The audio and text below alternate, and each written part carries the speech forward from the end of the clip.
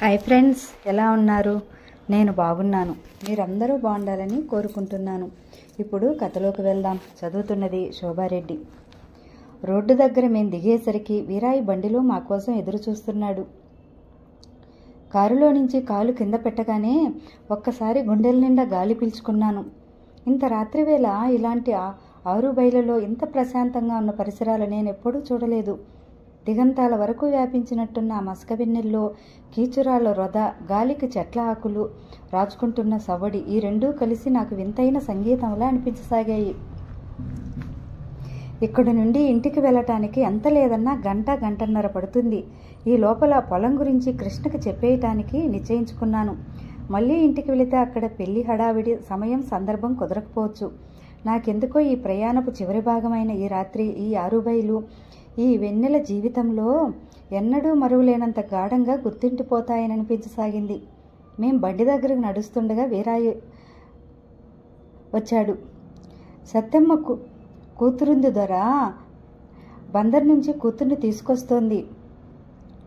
అప్పటికే చెట్ల నీడల్లో నుంచి చంకన మూటతో, నడినెత్తి మీద కొప్పుతో ఒక మానవాకారం నడిచి మా ముందుకు వస్తుంది.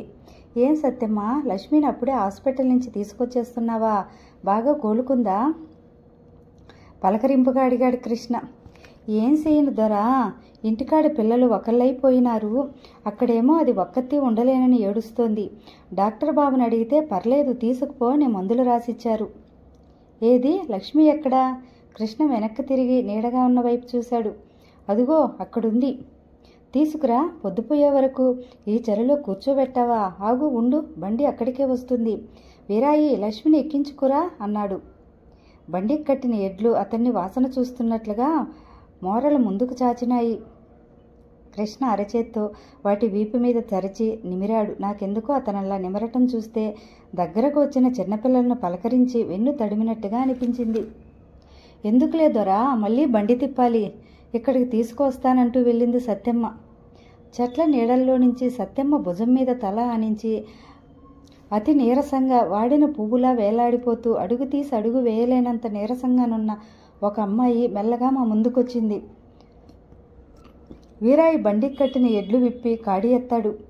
బండి చివరి భాగం కిందికి వాలి, ముందు భాగం పైకి లేచింది. సత్యమ్మ జాగ్రత్తగా కూతురిని బండిలోకెక్కించింది. ఏమైంది ఆ అమ్మాయికి అన్నాను మెల్లగా. పిల్ల పుట్టిపోయింది, కాన్పు చాలా కష్టమైంది, ఆపరేషన్ చేసి బిడ్డని తీశారు అన్నాడు కృష్ణ తగ్గు స్వరంతో. నేను విచిత్రంగా ఆ అమ్మాయి వైపు చూశాను. పట్టుమణి 18 సంవత్సరములు కూడా ఉన్నట్టు లేవు. అప్పుడే పెళ్ళి అవటం, పిల్ల పుట్టటం పోవటం అన్నీనా? నా ఒళ్ళు జలధరించింది. ఒక్క క్షణం ఈ ఆరుబైలు, ఈ వెన్నెల మధుర స్వప్నంలా మత్తుగా ఉన్న ఈ వాతావరణం ఒకసారి తెగి కింద పడి, స్త్రీ జీవితం అంటే ఏమిటో భయంకరమైన యథార్థం లక్ష్మి రూపంలో కళ్ళెదుట కనిపించింది. నేను కూడా బండి ఎక్కాను. వాళ్ళిద్దరూ మాకు ఇబ్బంది కలిగిస్తున్నందుకు సిగ్గుపడుతున్నట్టుగా మొహమాటంగా బండి మొదట్లో అటువైపు తిరిగి కూర్చున్నారు. నేను బండి చివర కూర్చున్నాను. ఇంకా చాలా ఖాళీ స్థలం ఉంది. అయినా కృష్ణ మాతో ఎక్కలేదు. బండితో పాటు పక్కగా నడవసాగాడు. ఈ విధంగా సత్యమ్మ రాకతో కృష్ణకి నేను చెప్పాలనుకున్న విషయం అవకాశం కుదరక ఆగిపోయింది. నేను ఊహించిన దానికంటే బండి ప్రయాణం త్వరగా అయిపోయింది. ఊరి పొలిమేరలు వచ్చేసినాయి. సత్యమ్మ కూతురు ఊరి మొదట్లో ఉన్న గుడిసెల దగ్గరే దిగిపోయారు. దండాల దొరసాని సత్యమ్మ ఎంతో వినయంగా మరీ చెప్పింది. కృష్ణ బండి ఎక్కి నాకు అభిముఖంగా కూర్చున్నాడు. వెన్నెలప్పటికి బాగా వచ్చింది. నాకెదురుగా కూర్చున్న అతని ముఖం మీద వెన్నెల బాగా పడుతోంది. అతనికి ఎందుకో సీరియస్గా మౌనంగా అయిపోయాడు అతను. ఏమిటి ఆలోచిస్తున్నావు అన్నాను. ఏం లేదు, నీకో విషయం చెప్దామనుకున్నాను. చెప్పు, ఏమిటది? ఏమాత్రం ఉత్సాహం లేకుండా అతి మామూలుగా అడిగిన అతని ధోరణికి నాకు కించెత్తు కోపం వచ్చింది. ఇప్పుడు కాదు. అతను ఆత్రంగా ఏమిటో అది చెప్తే గాని వీల్లేదని పట్టుబట్టలేదు. అతను అడక్కపోయినా చెప్పేయాలనే మూడ్ నాలోనూ పోయింది. ఇంటి ముందుకు వచ్చి బండి ఆగింది.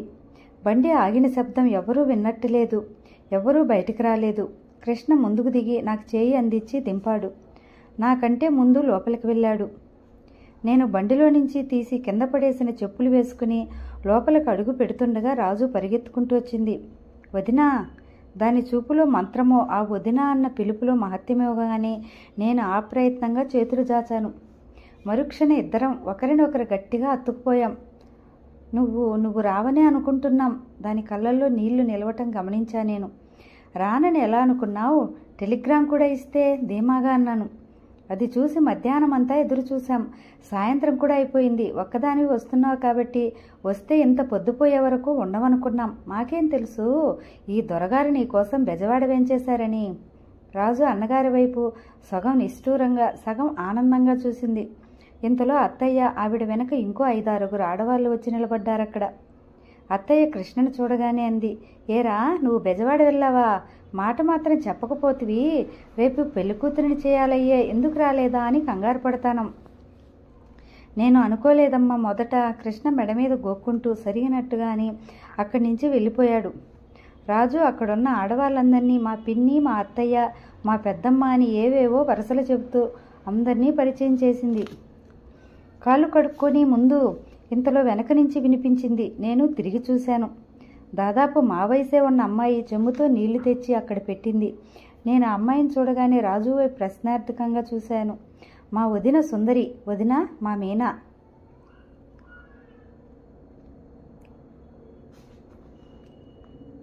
రాజు పరిచయానికి నేను పక్కున్నవ్వాను.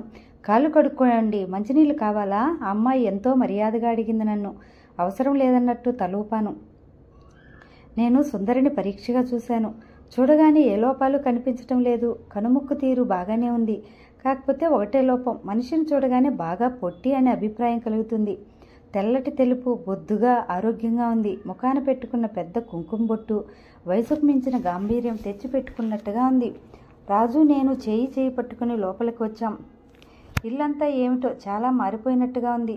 ఇంతకుముందు ఆవరణంతా పందిరి వేసింది. క్రిందంతా కొత్తని తాటాకు చాపలు పరిచి ఉన్నాయి. వీటి మీద వరుసగా దాదాపు ఒక 20 మంది పిల్లలు పడుకుని నిద్రపోతున్నారు. పెట్రోమాక్స్ లైట్లు ఆ చివర ఒకటి, ఈ చివర ఒకటి పెట్టి ఉన్నవి. దొడ్లో కూడా అంతే. దొడ్లో అంత క్రితం ఉన్న టమాటా మొక్కలు అవి తీసేశారు. శుభ్రం చేసి చదును చేసి నీళ్లు చల్లినట్టుగా ఉంది. దొడ్డివైపు ప్రహరీ గోడ లేదు. ఆ గోడకి బదులు తాటాకుల దడి కట్టారు. దొడ్డి కుడివైపు గాడిపోయి మండుతోంది. దాని దగ్గర ఒక బ్రాహ్మణుడు వంట ప్రయత్నంలో ఉన్నాడు. దానికి అవతలగా పెరట గుమ్మానికి ఎదురుగా పడక్కుర్చీ వేసుకుని పండు వృద్ధులా ఉన్న ఒక ముసలాయన పడుకుని ఉన్నాడు. రాజు ఆయన్ని మా చిన్న తాతయ్య అంటూ పరిచయం చేసింది. కృష్ణ ఆయన పక్కన స్టూలు వేసుకుని కూర్చుని ఏదో చెప్తున్నాడు. ఇల్లంతా ఏదో సువాసన. పచ్చి తాటాకులు, ఇంటికి వేసిన రంగులు, పెళ్లి కోసం తెచ్చిన సామాను, కొత్త తాటాకు చాపలు, గాడిపొయ్యి మీద సలసలా మరుగుతూ తిరగమోతతో గుమగుమలాడుతున్న చారు. ఈ సువాసనలన్నీ మిళితమైపోయి ఇదేదో పెళ్లి సువాసన సుమా అనిపించేట్టుగా ఉంది. స్నానం చేస్తావా అని అడిగింది రాజు. చెయ్యను. ఇంతలో రాజుని ఎవరో పిలిచారు. ఇప్పుడే, ఒక్క నిమిషంలో వస్తాను. నా చెయ్యి వదిలి రాజు లోపలికి పరిగెత్తింది. నేను అక్కడున్న అరుగు మీద కూర్చున్నాను. ఎవరెవరో బంధువులు చాలామంది వచ్చారు. వీళ్ళంతా కృష్ణ తండ్రి వైపు బలగమని తెలుస్తూనే ఉంది. పెళ్లి ఎల్లుండి తెల్లవారుజామున. అయితే అంతకుముందే వీళ్ళంతా రావటం ఎందుకో అనిపించింది. ఇంతమందికి ఇన్ని పూటలు ఎంత ఖర్చు అని కూడా అనిపించింది. కొద్దిసేపు అయిన తర్వాత కృష్ణ వెళ్ళి పెట్టి తెరిచి తెచ్చిన బట్టలన్నీ అందరికీ చూపించాడు. రాజుకి చీరలు చాలా వచ్చాయి. నాదేం లేదు, అంతా మీ వదినగారి సెలక్షనే అన్నాడు. చాలా నచ్చాయి రాజుకి చీరలు. నేను చురుగ్గా అతని వైపు చూశాను. అతని కళ్ళు స్నేహపూర్వకంగా నవ్వాయి.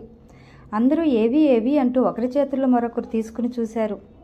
రంగులు, నాణ్యం అందరికీ నచ్చాయి. బాగున్నాయి అని మెచ్చుకున్నారు. సుందరి, ఇదిగో రా, చీరలు చూసి వెళ్ళు. అత్తయ్య ప్రత్యేకంగా పిలిచింది. వస్తున్నా అందేగాని వెంటనే రాలేదు. నేను వచ్చినప్పటి నుంచి చూస్తూనే ఉన్నాను. ఆ అమ్మాయి వీళ్ళందరితో పాటు కూర్చోలేదు. కాబోయే పెళ్లి కూతురిననే అవసరమైన సిగ్గులు ఒలకబోయడం కానీ, అతి నమ్రత చూపించటం కానీ చేయటం లేదు. ఆ పనో ఈ పనో చక్కబెడుతూనే ఉంది. వంట బ్రాహ్మణుడికి ఏది కావాలన్నా తనే అందిస్తుంది. మధ్య మధ్యలో అత్తయ్య గారు అంటూ పిలిచి తెలియనివి అడుగుతోంది. ఆ అమ్మాయిలో చొరవ, ఆ పనిచేసే తీరు చూస్తే సుందరి ఈ ఇంటికి కాబోయే కోడలని అనుకోరు. పెళ్ళి ఎన్నో రోజులైంది, బాధ్యతలను ఎత్తిమీద వేసుకున్న మనిషి అనుకుంటారు. కూర్చున్న వాళ్ళలో ఒకరిద్దరు ఆడవాళ్ళు పనిచేస్తూ అటు ఇటు తిరుగుతున్న సుందరిని చూస్తూ, పిల్ల బాగా పనివంతురాలుగా ఉంది, కమలమ్మ అదృష్టవంతురాలనటం వినిపించింది నాకు. సుందరి నేను ఊహించినంత ఆనకాయ